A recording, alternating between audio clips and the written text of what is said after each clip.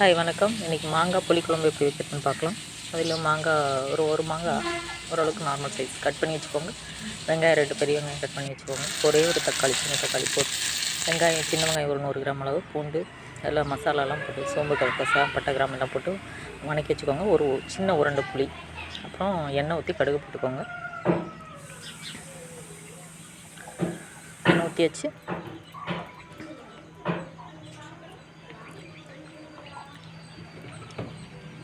எண்ணெய் காயட்டும்.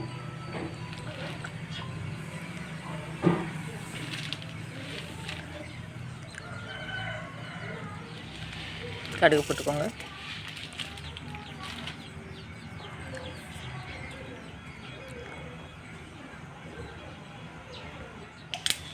கருவேப்பிலை போட்டுக்கோங்க.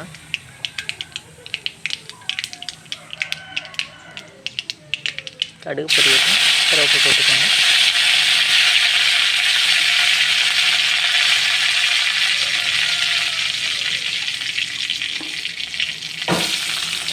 ரெண்டு வெங்காயம் கட் பண்ணி வச்சுக்கோங்க. அந்த 2 சின்ன பெரிய வெங்காயம் போதும், நார்மல் சைஸ்.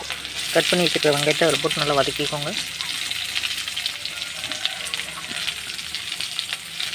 அவ்வளோதான், போட்டாச்சு. நல்லா வதங்கட்டும். நல்லா வதக்கி கரண்டி நல்ல கிளறி வதங்கட்டும்.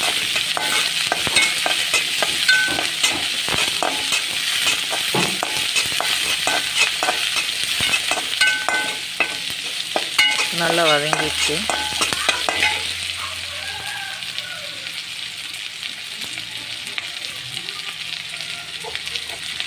தக்காளி ஒரே ஒரு சின்ன தக்காளி சொன்னாலே அதை போட்டுக்கோங்க. போட்டு நல்லா வதக்கிக்கோங்க. சின்னதாக போட்டிங்கன்னா போதும் தக்காளி, ரொம்ப போட்டிங்கன்னா புளிக்கிற மாதிரி இருக்கும். லைட்டாக ஒரு சின்ன தக்காளி கட் பண்ணி போட்டுக்கோங்க. உப்பு தேவையான அளவு உப்பு போட்டுக்கோங்க. முன்னாடியே போட்டுக்கோங்க, அப்போ தான் சீக்கிரம் தக்காளியில் வதங்கணும்.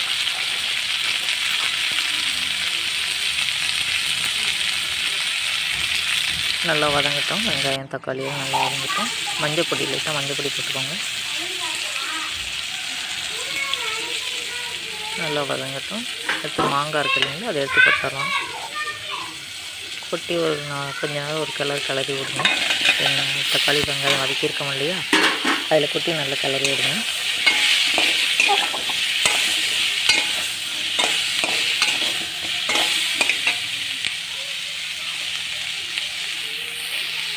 நல்லா வதங்கட்டும். வெங்காயம் நல்லா கிளறி விடுங்க. நல்லா வதங்கட்டும்.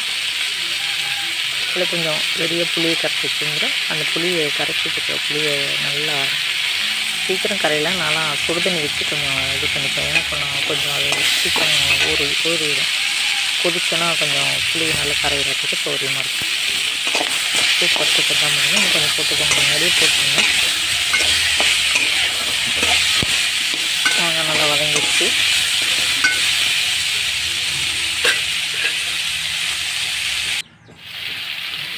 புளி கரைச்சி வச்சுருக்கிற புளி ஏற்கனவே சிறு கோழி குண்ட அளவு ஒரு சின்ன ஓரளவுக்கு அது போதும். லைட்டாக போட்டிங்கன்னா போதும். புளி ரொம்ப சேர்த்தா நல்லாயிருக்கு.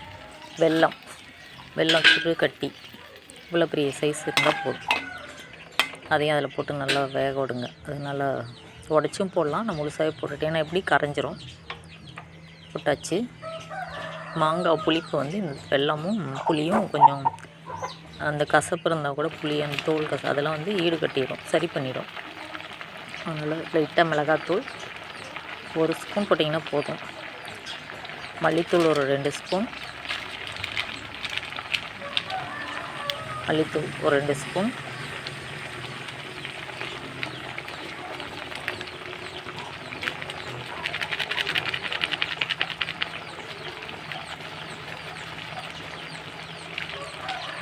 ஹோல்ஸ் சின்னதாக போட்டதுனால அது சீக்கிரம் கொட்டலை. மல்லித்தூள் 2 ஸ்பூன் போட்டாச்சு. அடுத்து சாம்பார் தூள் 1 ஸ்பூன் போடுங்க. சாம்பார் தூள் 1 ஸ்பூன். சாம்பார் தூள் 1 ஸ்பூன் போட்டுக்கோங்க. அடுத்தது வந்து புளியோதரை பொடி இருக்கும் பாருங்கள். இந்த புளியோதரை பவுடரும் அது ஒரு ஸ்பூன் 1.5 ஸ்பூன் போட்டுக்கோங்க. கொஞ்சமாக அளவாக வைக்கிறதுனால அளவாக போட்டிங்கன்னா போதும். 1 ஸ்பூன் புளியோதரை பொடி போட்டுக்கோங்க. கரம் மசாலா லைட்டாக கொஞ்சம் இருந்தால் போதும், கொஞ்சம் ஒரு 2 சிட்டிகை 3 அது அவ்வளோ போட்டிங்கன்னா போதும், ரொம்ப வேணாம். கரம் மசாலா ஓரளவுக்கு லைட்டாக போட்டிங்கன்னா போதும், ரொம்ப ஜாஸ்தி வேண்டாம். மசாலா வந்து அதிகம் சேர்த்துக்க வேண்டிய அவசியம் இல்லை, லைட்டாக சேர்த்துனா போதும். தண்ணி ஊற்றிடுங்க. அது கொஞ்சம் அதோட இந்த மாங்காய் இருக்குது இல்லைங்களா, அதோட எல்லாம் மிங்கில் ஆகட்டும். அந்த காரம், உப்பு, புளிப்பு எல்லாமே.